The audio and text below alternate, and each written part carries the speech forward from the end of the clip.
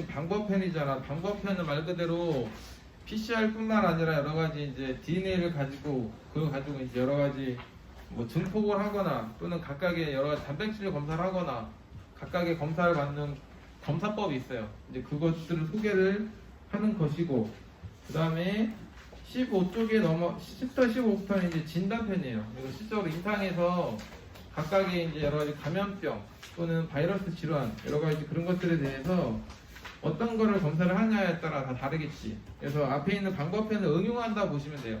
진단은. 그래서 실제로 여러분들이 지금 많이 접할 수 있는 부분들은 챕터 15에 있는 TB 결핵균 검사 하고, 그다음에 챕터 16에 있는 HCV C형 간염 바이러스 검사, 그리고 18에 있는 리얼타임 PCR을 이용한 HBV, 이게 제일 많아요.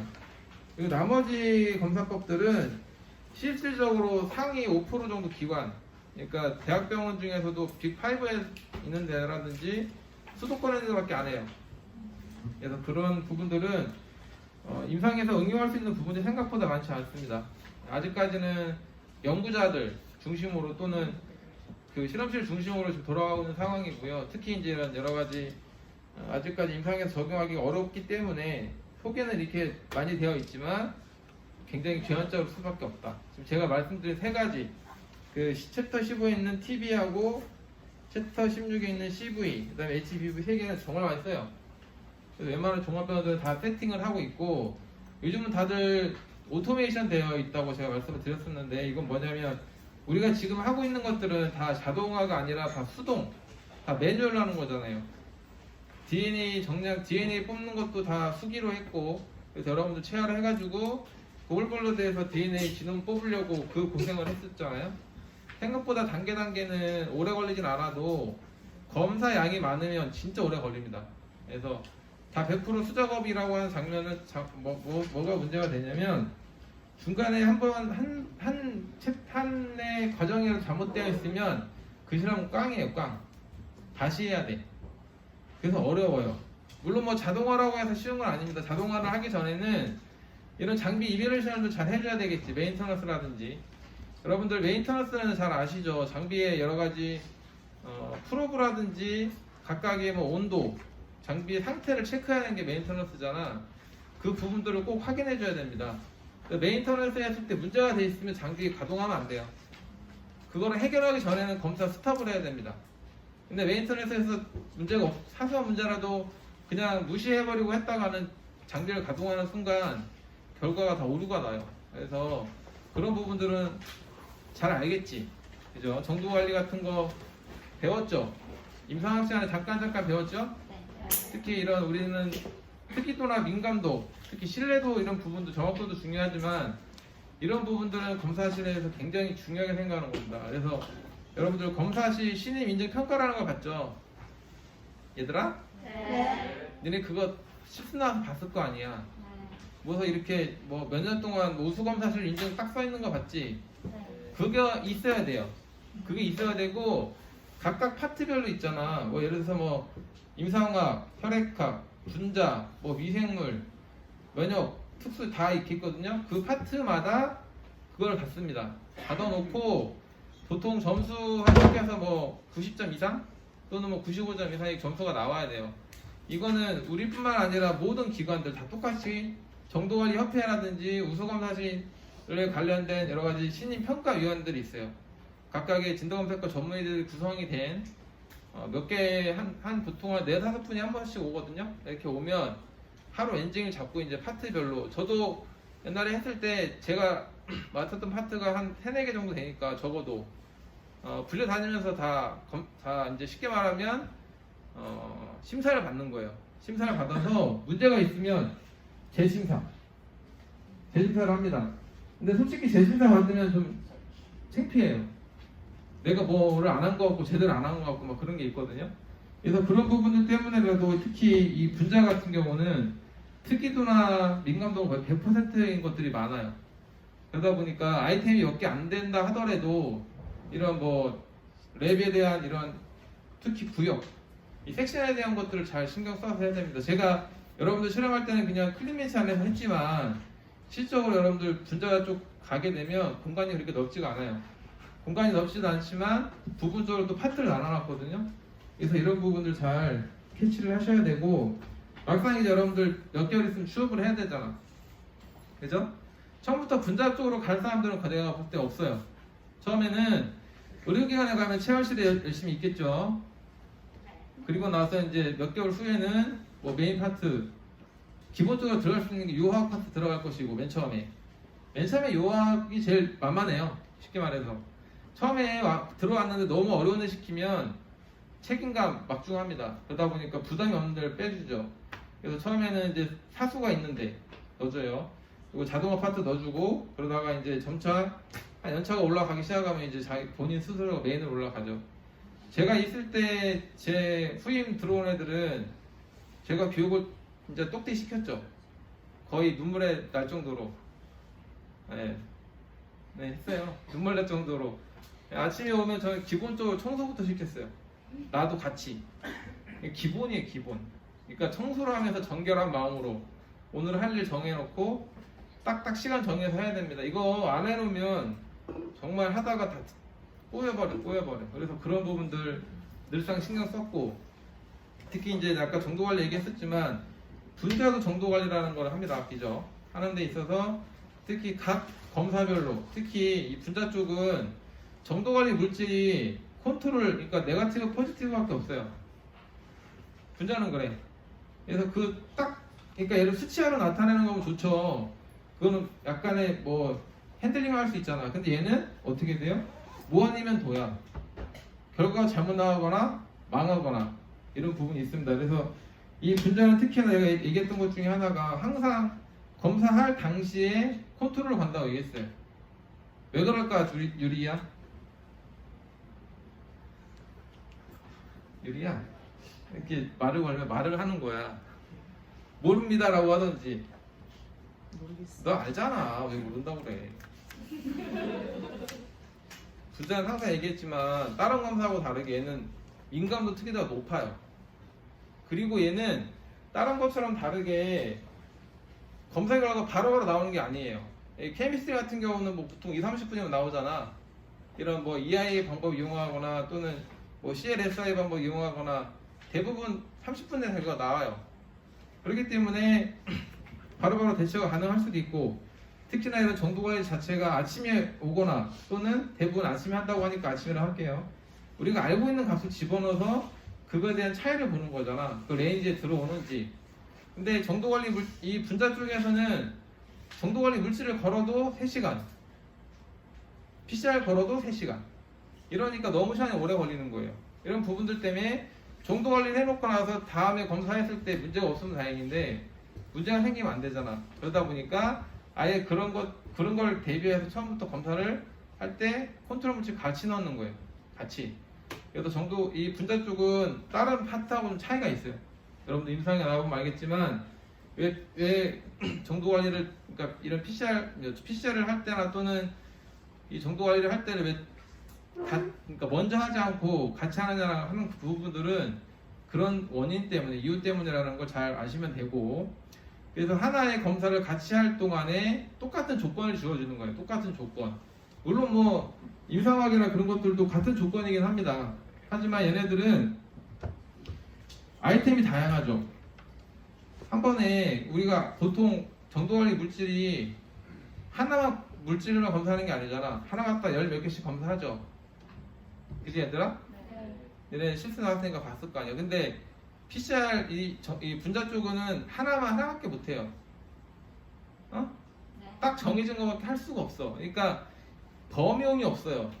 그러니까 그래서 TB면 TB 하나, HC면 HCB 하나, 이렇게 각각에 할 수밖에 없어요.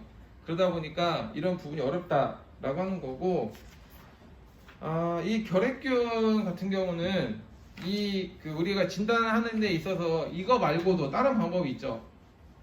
쉽게 할 수 있는 거. 도말을 해서 보는 AFP 스탠드 있고 형광염색도 있죠. 기본적으로 하는 거예요. 그죠? 그리고 요즘은 결핵균 할 때 보통은 이제 그 배양을 하는 데 있어서 요즘 액체 배양을 하잖아. 옛날에는 안 그랬었는데 점점 기술이 좋아지고.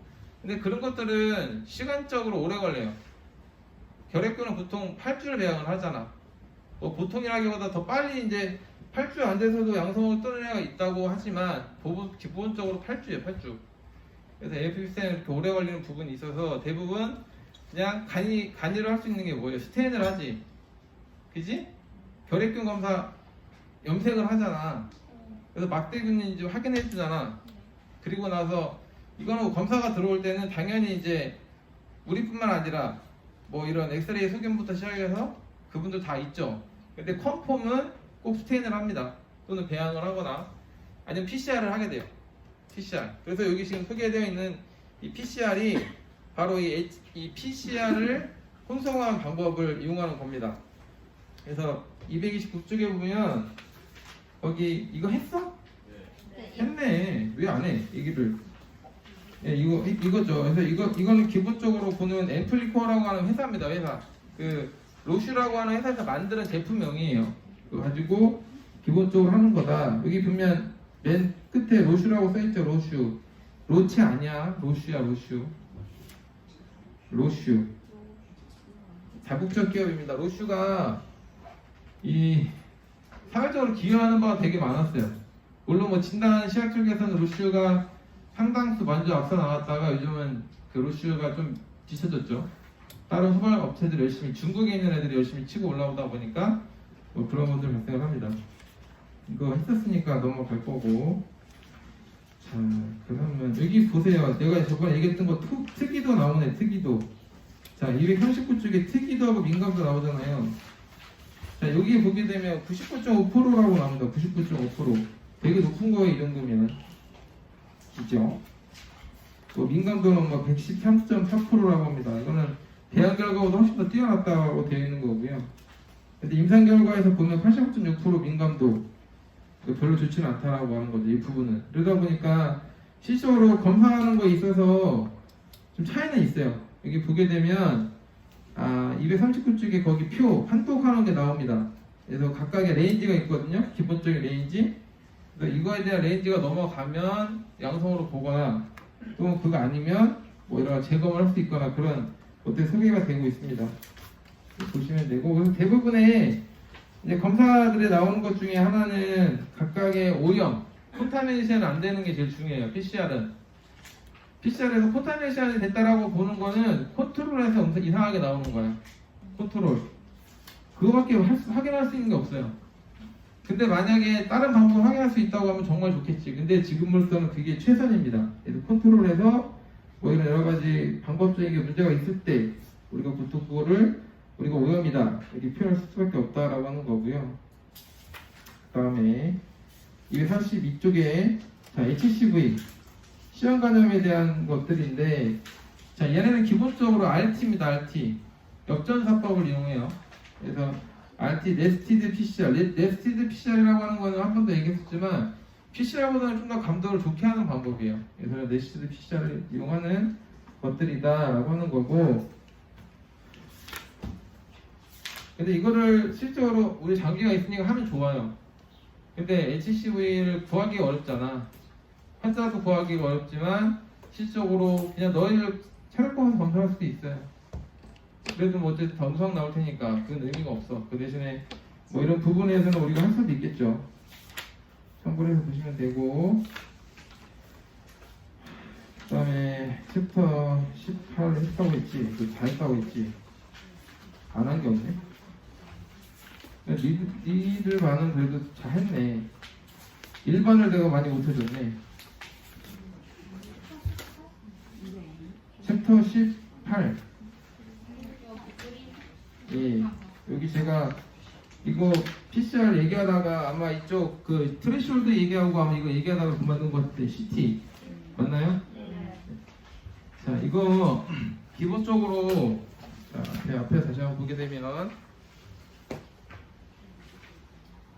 자, 거기 265쪽에 자, 리얼타임 PCR이라고 소개되어 있는 부분도 잠깐 보시게 되면 자, 네 번째 줄에 그런 얘기가 나와요. 자, 바이러스 유전자 정량하는 것들은 자, 바이러스 감염의 치료에 따라서 감소하는 바이러스의 수의 측정이라는 부분이 나오거든요. 자, 이거는 뭐냐면 우리가 HBV나 HCV 이런 사람들 TB도 그렇지만 각각의 항바이러스잖아, 항생제를 쓰죠. 특히 이 HBV 같은 경우는 특히 항바이러스를 쓰게 되는데 그 항생제에 대한 내성이 생겨요. 항바이러스 내성. 이 내성이 생길 때 이 치료 효과 유무의 판정이라고 합니다. 그걸 뭐냐면 경과. 치료 경과가 잘 듣고 있는지 안 되는지를 확인할 수 있는 게 바로 이 HBV 정량 검사예요.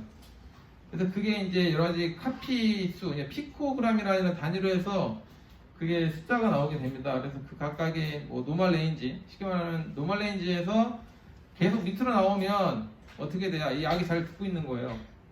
근데 노멀 레인지보다 위로 나오기 시작하면 뭐냐? 바이러스의 증폭이 되고 있는 거지. 그 말은 뭐냐면 항바이러스가 내성이 생겼다는 얘기예요. 이래 되면 어떻게 돼? 약을 바꿔줘야 되겠지. 자, 그런 것 때문에 이런 검사들이 중요하다는 거죠. 그래서 각각의 이런 치료의 치료 경과의 판정 그리고 질병의 예후를 예측하는 데 좋은 겁니다. 그래서 이런 부분들 때문에 쓰게 되는 거고, 자, 그래서 각각의 이런 DNA 증폭 곡선이라고 하는 게 있는데, 자, 밑에서 두 번째 보게 되면 뭐가 나오냐면 증폭산물의 양을 우리가 트레시홀드라고 그래요. 트레시홀드.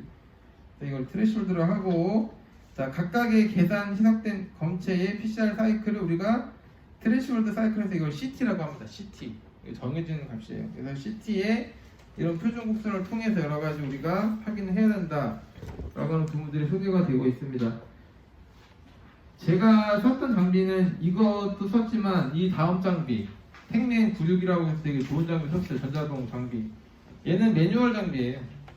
얘는 매뉴얼 장비를 제가 썼었고, 자, 이게 얘는 이 앞에 뭐 혹시 실수 나와서 봤을 사람도 있겠지만 웰 자체 우리 PCR 넣는 거 있잖아요. 그거랑 똑같은 거예요. 그 안에는 그 우리 흔히 말하는 그 열에 충분히 녹지 않는 거의 이런 재질로 되어 있는 것들이 되어 있고, 각각의 그 PCR 튜브를 넣어서 각각 확인합니다. 그래서 보통은 이제 이 가능한 시간이 보통 뭐 2시간 반 정도를 기준으로 해서 얘들 확인할 수 있다고 합니다. 이렇게 보시면 될 것 같고요. 자, 그래서 자, 오늘은 제가 저번 시간에 6명 나오라고 했잖아. 그 애들하고 실험을 다 해놨어요.